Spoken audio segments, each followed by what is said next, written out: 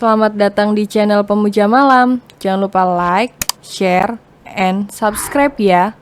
Terima kasih.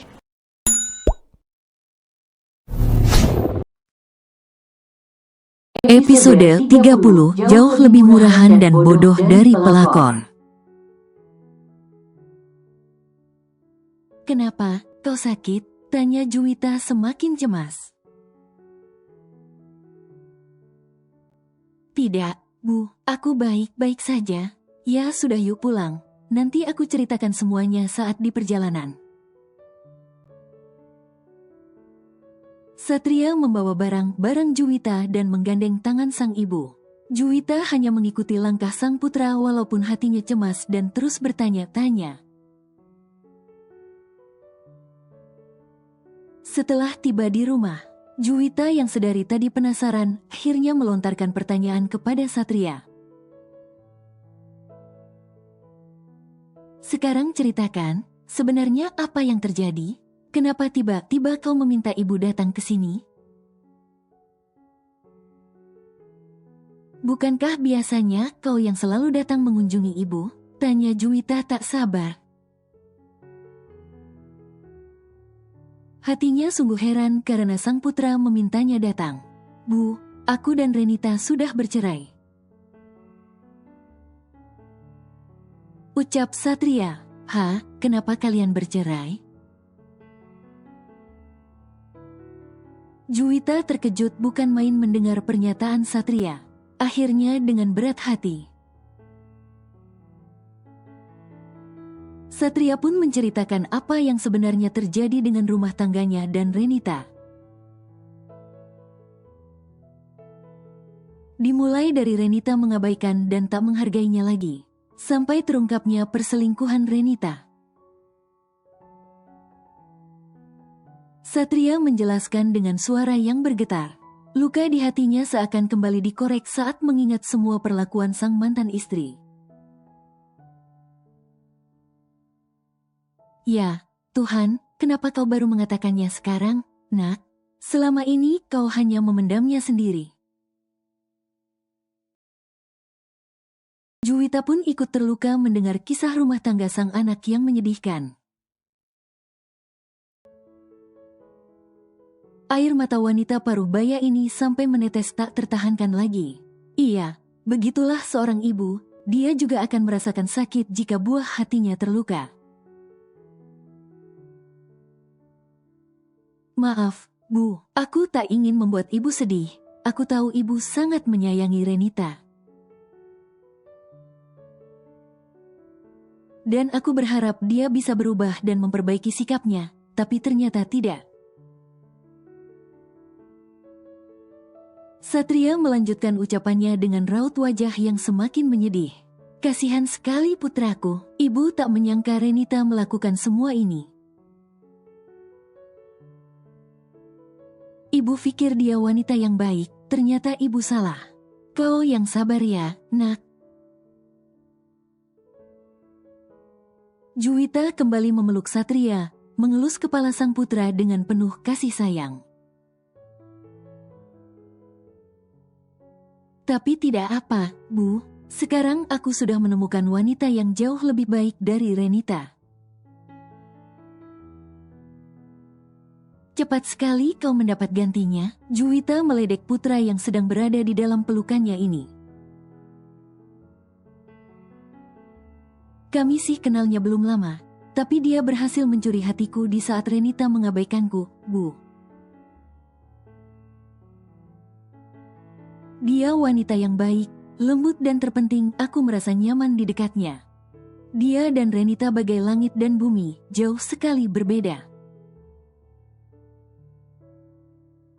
Satria melepas pelukan Juwita dan berbicara dengan antusias. Mendadak kesedihan lelaki ini sirna saat membahas Amanda.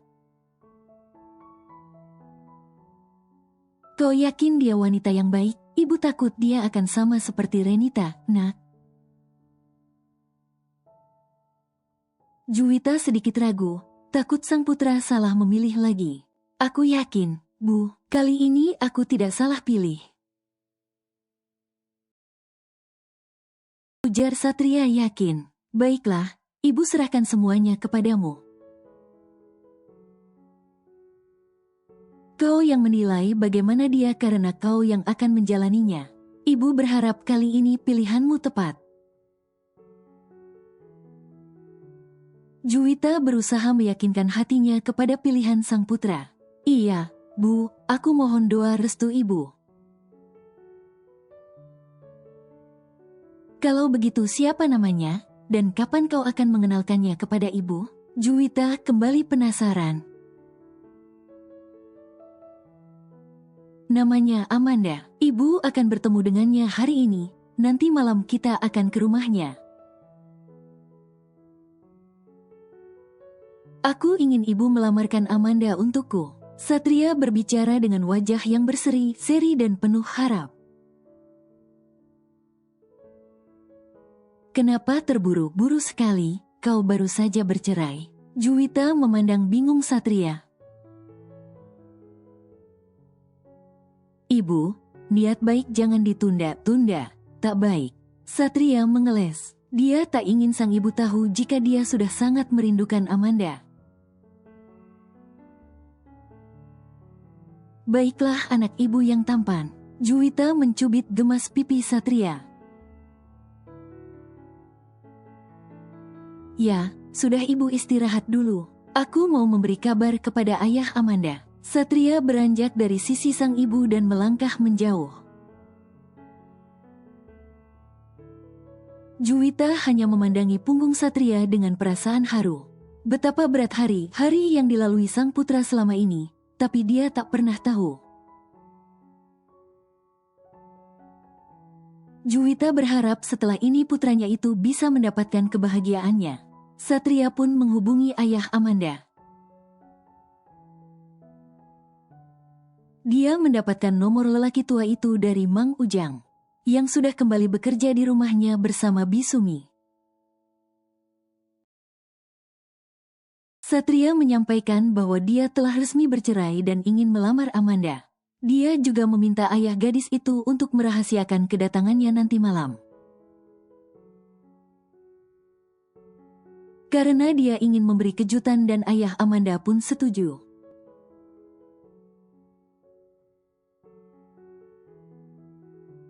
Setelah mendapat transferan harta Gonogini yang cukup banyak dari mantan suaminya, kini Renita dan selingkuhannya itu sedang menikmati kemesraan di kamar hotel bintang 5 yang terkenal di kota mereka. Dua insan tak tahu diri itu baru saja selesai memadu kasih. Sayang, sebaiknya uang itu kau investasikan ke usaha saja. Temanku ada yang memiliki usaha, dan kau bisa menanam modal di sana. Effendi memberi saran kepada Renita. Usaha apa, dan berapa keuntunganku? Tanya Renita penasaran. Setahuku usaha properti. Kalau masalah keuntungan kau bisa tanyakan langsung kepada temanku itu. Yang pasti menggiurkan, kau bisa cepat kaya. Daripada kau hanya menyimpan uang itu di rekening, tidak akan berkembang. Yang ada malah habis terpakai. Effendi menjelaskan dengan sangat meyakinkan. Baiklah, saranmu boleh juga. Renita tertarik dengan saran Evan. Tapi kapan kau akan menikahiku? Sudah 2 tahun kita hanya seperti ini, tidak ada kepastian. Sekarang kan aku sudah resmi bercerai. Aku bukan istri orang lagi, Van. Renita meminta kepastian hubungan mereka. Walaupun hanya selingkuhan tetapi Renita mencintai Effendi. Namun tak begitu dengan Effendi. Lelaki itu hanya mencintai uang Renita dan jauh di hatinya Effendi masih menyayangi Amanda. Sebenarnya dia masih berharap Amanda mau memaafkan dan menerimanya lagi. Namun uang telah menyilaukan matanya, hingga dia sulit terlepas dari Renita. Nanti, jika usaha kita sudah berhasil dan berkembang, aku pasti akan menikahimu, sayang. Evandi lagi berusaha meyakinkan Renita, dan bodohnya wanita itu masih saja percaya.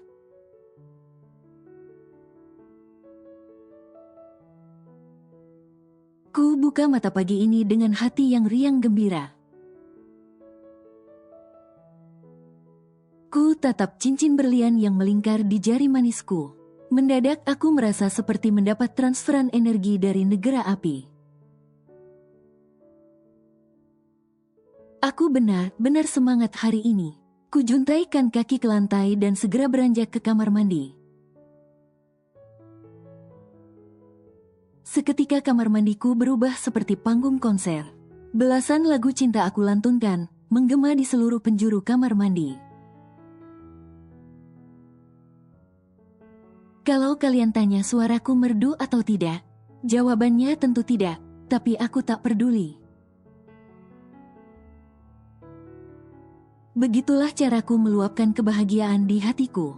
20 menit kemudian aku sudah selesai dan berpamitan dengan ayah, aku pun melangkah keluar. Di halaman rumahku sudah ada Dimas yang setia menunggu. Memang ya, sahabatku yang satu ini selalu tepat waktu. Aku pun naik ke atas motor Dimas lalu dia melaju meninggalkan rumahku. Mas, entar sore tak usah menjemputku ya. Kenapa? Dimas bertanya tanpa menolehku, dia tetap fokus mengendarai motornya.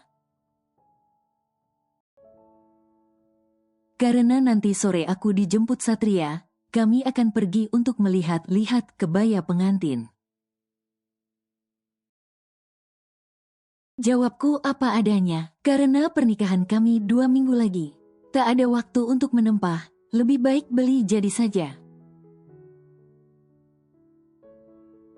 Apa? Seketika Dimas menepikan motornya dan berhenti.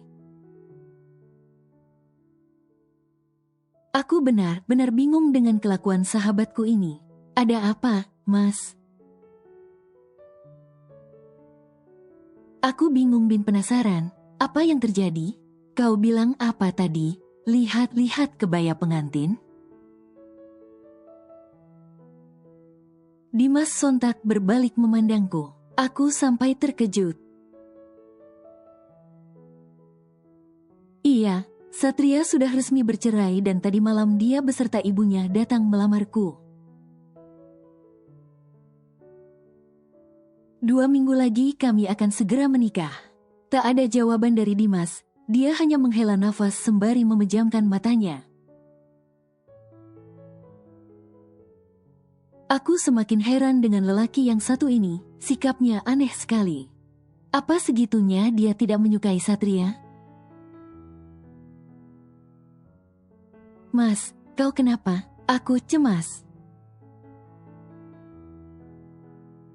Tidak apa-apa.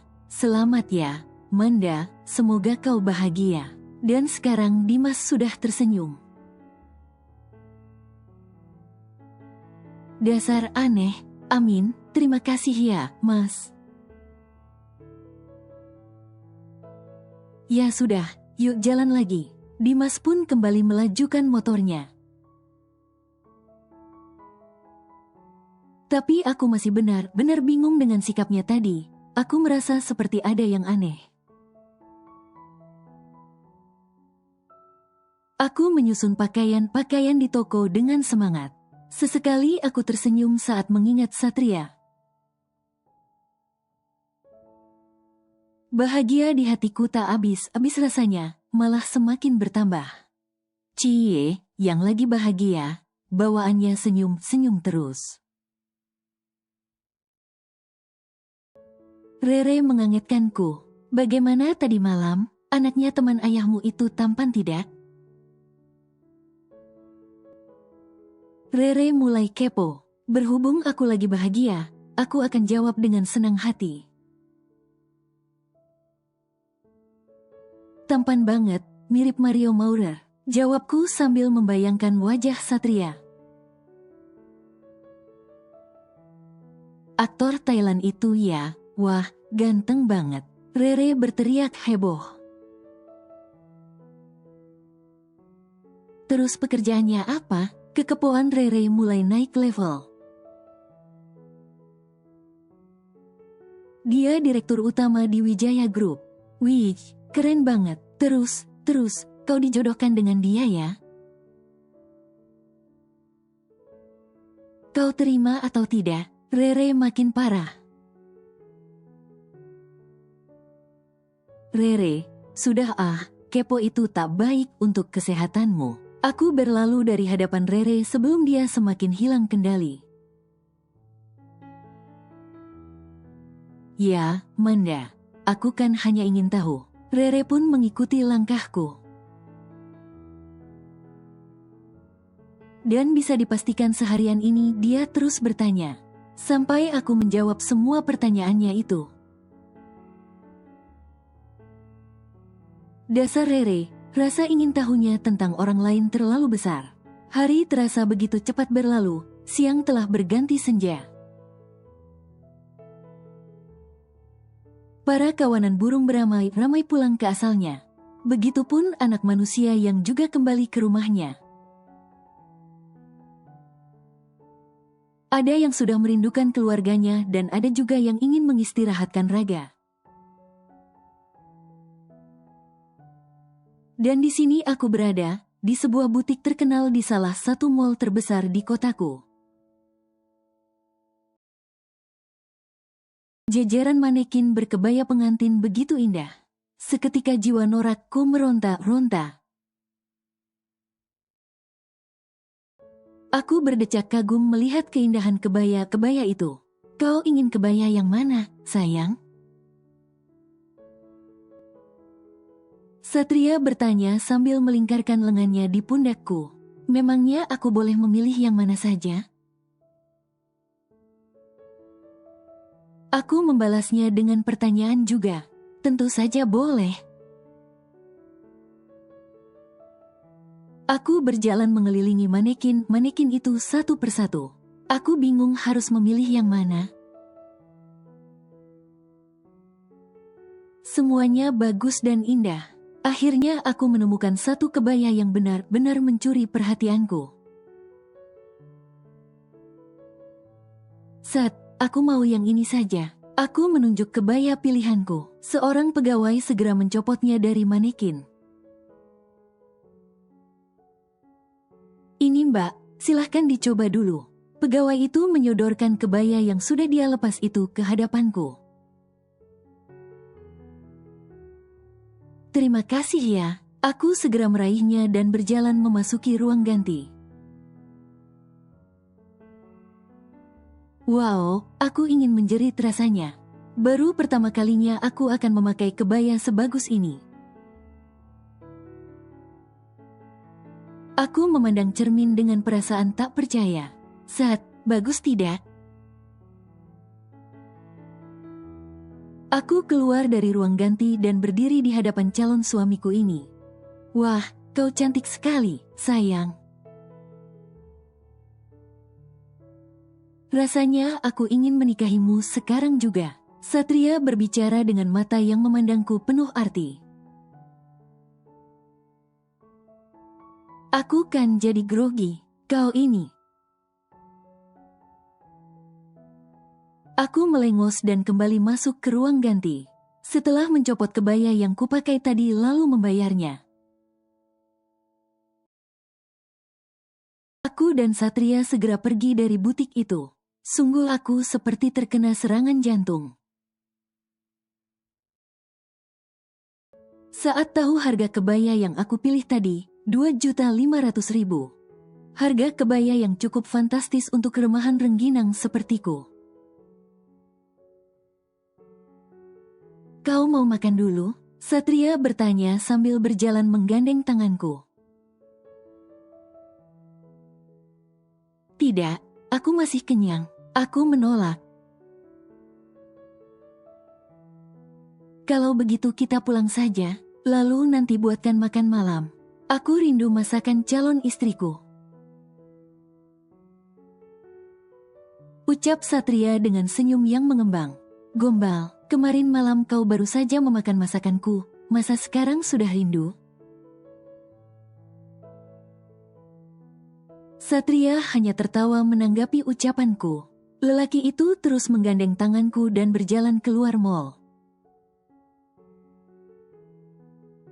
Setibanya di parkiran mall, tak sengaja kami berpapasan dengan dua manusia menjijikan, yaitu Evan dan juga Renita. Mendadak perutku rasanya mual dan ingin muntah karena melihat wajah mereka.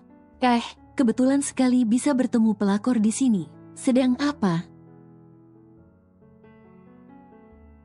Sedang memanfaatkan uang mantan suamiku untuk beli barang-barang mahal ya? Renita seketika menghinaku.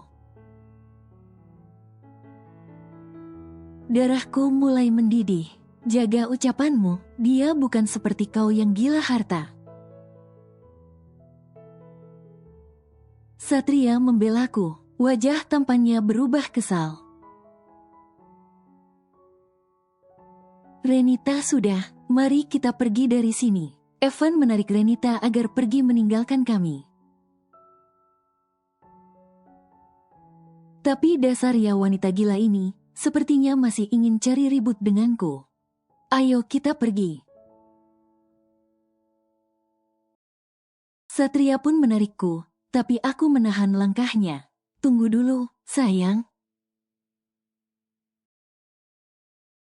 Sepertinya masih ada yang ingin dia katakan. Aku menatap Renita sambil menyunggingkan senyum.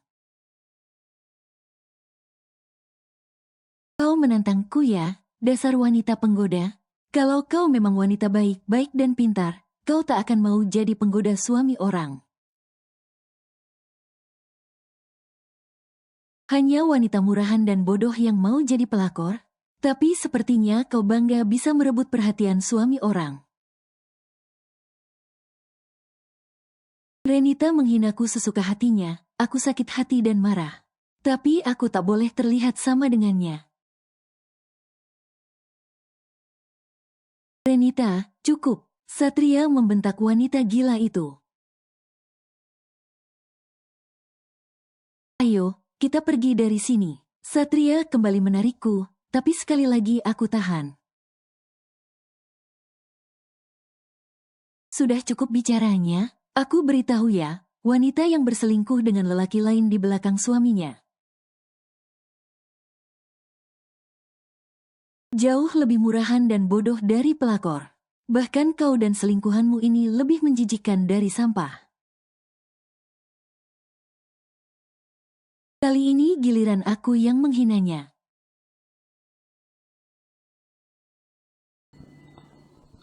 Bersambung.